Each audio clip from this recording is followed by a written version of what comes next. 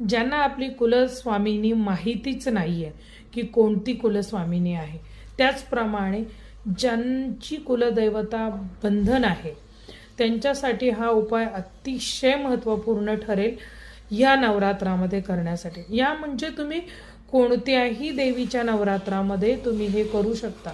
वर्षभरामधून 5 नवरात्र येतात, हे लक्षात ठेवावे देवीचे फक्त। एक म्हणजे येतं पौष महिन्यामध्ये, जे आत्ता सुरू झालंय आजपासून, शाकंभरीचं नवरात्र। दुसरं येतं माघ महिन्यामध्ये गुप्त नवरात्र, जे वसंत पंचमी वगैरे सगळं त्या गुप्त नवरात्रामध्ये येतात। तिसरं आहे महत्त्वाचं, ते म्हणजे चैत्र नवरात्र, जे बऱ्याच ठिकाणी चैत्रामध्ये मंदिरांमध्ये वगैरे सुद्धा हे नवरात्र बसतं, कारण की त्याच वेळेला देवीचा खऱ्या अर्थाने देवी